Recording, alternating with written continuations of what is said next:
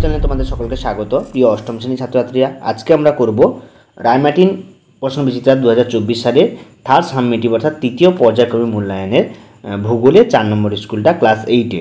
তো দেখো 4 নম্বর স্কুলটা কি বলেছে আমরা ঝটপট করে সমাধান করে ফেলি। 4 নম্বর স্কুলটা হচ্ছে কত নম্বর পেজে? 297 নম্বর পেজে। তোমরা 297 নম্বর পেজে দেখো, তোমরা প্রত্যেকে দেখতে পেয়ে যাবে।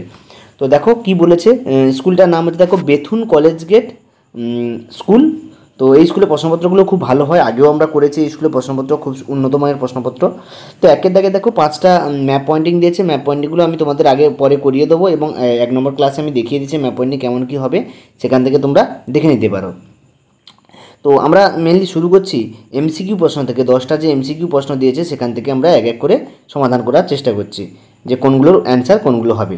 তো দেখো একের দাগে কী বলেছে, পৃথিবীর অন্দরমহল বলতে বোঝায় কাকে? না ভূগর্ভকে। ভূগর্ভকে পৃথিবীর অন্দরমহল বোঝায়। কয়লা ও খনিজ তেল পাওয়া যায় কোথা থেকে? না পাললিক শিলা থেকে। টাইফুন এক প্রকার পূর্ব চীন সাগরে দেখা যায় টাইফুন। বজ্রপাত সহ ভীষণ ঝড় বৃষ্টি হয় কোথায়? না কোন মেঘে? কিউমুলো নিম্বাস মেঘে। স্লেজ গাড়ি ব্যবহৃত হয় কোথায়? না তুন্দ্রা অঞ্চলে, অর্থাৎ বরফযুক্ত অঞ্চলে স্লেজ গাড়ি ব্যবহার করা হয়। উত্তর গোলার্ধে 10 ডিগ্রি থেকে 25 ডিগ্রি বা 30 ডিগ্রি অক্ষরেখার মধ্যে মহাদেশ সমূহের পূর্বভাগে বিরাজ করে মৌসুমী জলবায়ু। কোন জলবায়ু? মৌসুমী জলবায়ু। পরের প্রশ্ন কি বলেছে দেখো, না চেরনোবিল দুর্ঘটনা, পরমাণু দুর্ঘটনা যে দেশের যুক্ত তা হচ্ছে ইউক্রেন। ইউক্রেন হচ্ছে রাশিয়ার সাইডে একটা দেশ। তো তোমরা জানো এখন যুদ্ধ চলছে ইউক্রেন রাশিয়ার মধ্যে। তো এই ইউক্রেনে একবার চেরনোবিল দুর্ঘটনা ঘটেছিল, ঠিক আছে। সবুজ বিপ্লবে সবচেয়ে বড় সাফল্য দেখা যায় কোথায়? না পাঞ্জাবে, হরিয়ানা, গম্বলয়ে। তো এইটা বেশি দেখা যায়। তো এরপরে ওশেনিয়া মহাদেশের দীর্ঘতম নদীর নাম কি? ওশেনিয়া মহাদেশের দীর্ঘতম নদীর নাম হচ্ছে কি? মারডার্লিং নদী। মারডার্লিং নদী হচ্ছে ওশেনিয়া মহাদেশের দীর্ঘতম নদী। পৃথিবীর বৃহত্তম প্রবাল প্রাচীরের নাম কি? পৃথিবীর বৃহত্তম প্রবাল প্রাচীরের নাম হচ্ছে গ্রেট বেরিয়ান দ্বীপ। গ্রেট বেরিয়ান দ্বীপ হচ্ছে পৃথিবীর বৃহত্তম প্রবাল প্রাচীর, ঠিক আছে, গ্রেট বেরিয়ান দ্বীপ। এরপরে দেখো আমরা 10টা প্রশ্ন, 10টা এমসিকিউ ইতিমধ্যে আমরা কমপ্লিট করে ফেললাম। এরপরে আমরা ড্যাশ পূরণে চলে যাচ্ছি। দেখো 3-এর দাগে এখানে 5টা ড্যাশ পূরণ দিয়েছে, সেই 5টা ড্যাশ পূরণ আমরা করব। একের দাগেরটা কী বলেছে দেখো, ভূপৃষ্ঠ থেকে কেন্দ্রের দিকে চাপ ক্রমশ বাড়ে। অর্থাৎ কেউ যদি পৃথিবীর উপর থেকে কেন্দ্রের দিকে যায় তার চাপ অবশ্যই বাড়বে। ইতালির ভিসুভিয়াস একটি ড্যাশ আগ্নেয়গিরি। ইতালির ভিসুভিয়াস একটি সক্রিয় বা এটাকে বলতে পারো সবিয়েরাম আগ্নেয়গিরি, সেটাও বললে হয়। অস্ট্রেলিয়ার ড্যাশ শহরে প্রথম আর্থ আওয়ার শুরু করা হয়? উত্তরে অস্ট্রেলিয়ার সিডনি শহরে আর্থ আওয়ার শুরু করা হয়। এর পরের প্রশ্ন দেখো, এখানে 4-এর দাগের দিয়েছে, 4-এর দাগে এবং 5-এর দাগের দিয়েছে। প্রশ্ন কি দিয়েছে না পার্বত্য বায়ুর অপর নাম কি? পার্বত্য বায়ুর অপর নাম হচ্ছে ক্যাটাবেটিক বায়ু। পার্বত্য বায়ুর অপর নাম হচ্ছে ক্যাটাবেটিক বায়ু। ড্যাশ হলো উত্তর ভারতের শীতলতম স্থান? উত্তরে ভরখয়া নস্ক। ভরখয়া নস্ক হচ্ছে উত্তর গোলার্ধের শীতলতম স্থান। এর পরের প্রশ্ন দেখো 4-এর দাগেরটা। 4-এর দাগে 5টা এখানে ঠিক ভুল দিয়েছে, সেই 5টা আমরা দেখব। একে বলছে প্রচণ্ড চাপ ও তাপে অন্তঃকেন্দ্রমণ্ডল কঠিন অবস্থায় থাকে, এটা ঠিক কথা। ভূমিকম্প মাপা যন্ত্রটির নাম হচ্ছে সিসমোগ্রাফ, এটাও একদম সঠিক। ইস্পাত শিল্পে কাঁচামাল হিসাবে চুনাপাথর ব্যবহার করা হয়, এটাও একদম সঠিক। 2 নম্বর, শিশির ও কুয়াশায় অধক্ষেপণের দুটি রূপ ভুল উত্তর, ঠিক আছে, এটা দুটি রূপ কখনোই না। এর পরের প্রশ্নটা কি বলেছে দেখো, চাপের পার্থক্য কমলে বায়ুর গতিবেগ বাড়ে, এটা ভুল কথা। চাপের পার্থক্য কমলে বায়ুর গতিবেগ কমে, এটা বাড়ে, হবে না। এরপরে দেখো এসএকিউ প্রশ্ন 5টা দিয়েছে 1 নম্বরে 5-এর দাগে, সেইগুলো আমরা করব। 1-এর দাগে বলছে মহীশ সঞ্চরণ তত্ত্ব অনুসারে বিশাল আকৃতি মহাদেশটির নাম কি? মহাদেশের নাম হচ্ছে প্যানজিয়া এবং জলভাগের নামটা ছিল কি? প্যান্থালাসা। পৃথিবীর ভেতরের তাপশক্তিকে কী বলা হয়? না পৃথিবীর মধ্যে যে তাপশক্তি তাকে বলে ভূতাপ শক্তি। জৈব পদার্থের দিয়ে গঠিত, এখানে কী বলেছে দেখো, জৈব পদার্থ দিয়ে গঠিত যে শিলা, পাললিক শিলার নাম কি? না চুনাপাথর বা কয়লা হতে পারে, যেটা জৈব পদার্থ দিয়ে গঠিত। বায়ুর গতি পরিমাপ যন্ত্রের নাম হচ্ছে অ্যানিমোমিটার। অ্যানিমোমিটার যন্ত্রের সাহায্যে বায়ুর গতিবেগ মাপা হয়। অস্ট্রেলিয়ার দ্বিতীয় বৃহত্তম শহর তথা বন্দর কোনটি? উত্তর হবে কি? মেলবোর্ন। মেলবোর্ন হচ্ছে অস্ট্রেলিয়ার দ্বিতীয় বৃহত্তম শহর তথা বন্দর।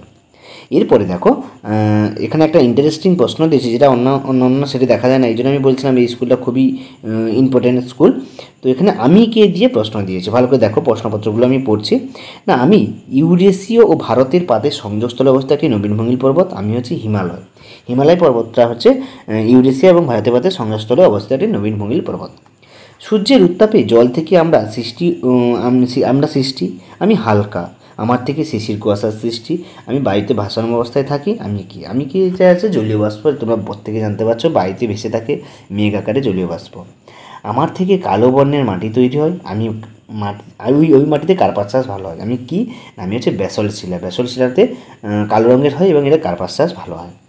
আমি পরমাণু বিদ্যুৎ কেন্দ্রে জাপানের সুনামির সময় আমার বিস্ফোরণ ঘটে, আমি পরিবেশ একেবারেই নষ্ট করে দিয়েছি, উত্তর হবে আমি ফুকুশিমা। ঠিক আছে, পরমাণু বিদ্যুৎ কেন্দ্র জাপানের সুনামির সময়। ঠিক আছে, আমি ব্রাজিলের নিরক্ষীয় বৃষ্টি অরণ্য, আমার এখানে গাছগুলি এত ঘন থাকে যে সূর্যের আলো সহজে তলদেশে পৌঁছতে পারে না, আমি হচ্ছে সেলভা অরণ্য। ঠিক আছে, আমি এই আমাজনের সেলভা অরণ্য ব্রাজিলে, তো সেই সেলভা অরণ্যের কথাই এখানে বলেছে। এরপর দেখো ছাতের দাগে বলেছে শিলামণ্ডল কাকে বলে, এটা তোমরা 2024 সালে রায়মার্টিন সহায়িকায় 10 নম্বর পেজে পেয়ে যাবে। এখানে দেখো 10 নম্বর পেজ লেখা আছে।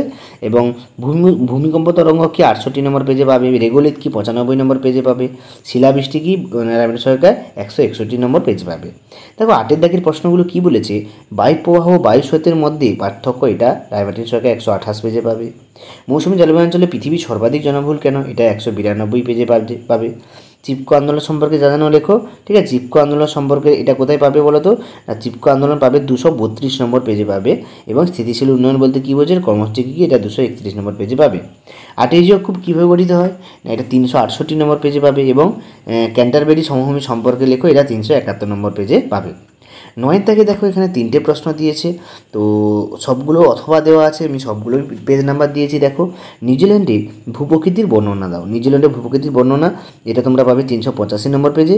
এবং অস্ট্রেলিয়ার মারিডালিং অভিজ্ঞতা কৃষিকাজ পশুপালন, এটা পাবে 383 পেজে। দুটো প্রশ্নের উত্তর দেওয়া আছে, পেজ নাম্বার দেখে নেবে।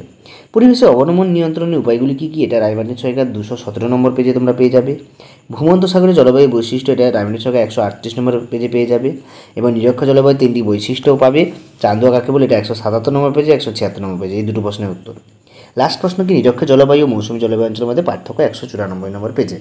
তোমরা যদি এই সমস্ত অ্যান্সার শিটের পিডিএফ চাও, যেখানে অ্যান্সার সুন্দর করে দেওয়া আছে, তোমরা কমেন্ট বক্সে লেখো, আমি অবশ্যই তোমাদের পিডিএফ দেবো। ঠিক আছে, তার জন্য কোনো পয়সা কড়ি কিছু লাগবে না। এবং তোমাদেরকে বলা, তোমরা লং কোশ্চেনগুলো দেখে নেবে। এবং যাদের 2024 সালে নতুন সহায়িকা, তারা কিন্তু হুবহু পেজ নাম্বার পেয়ে যাবে। এবং যাদের পুরনো সহায়িকা, তোমরা একটা দুটো পেজ উল্টে পাল্টে দেখবে, মিলে যাবে। পুরনো বই নতুন বই সবই ঠিক আছে, শুধু একটা দুটো প্রশ্ন আপডেট থাকে এবং পেজ নাম্বারগুলো এদিক ওদিক থাকে, না হলে সব কিছুই ঠিক আছে। সকলকে ধন্যবাদ, দেখা আছে 5 নম্বর স্কুল নিয়ে। আমি একটু পরেই 5 নম্বর স্কুলটা দিয়ে দেবো, তোমরা চ্যানেলটাকে ফলো করে রাখো। অবশ্যই 5 নম্বর স্কুলটা কিছুক্ষণ পর দিয়ে দেওয়া হবে। সকলকে ধন্যবাদ, ভালো করে পড়াশোনা করো, ফাইনাল পরীক্ষার জন্য ফাইনাল প্রিপারেশন নাও।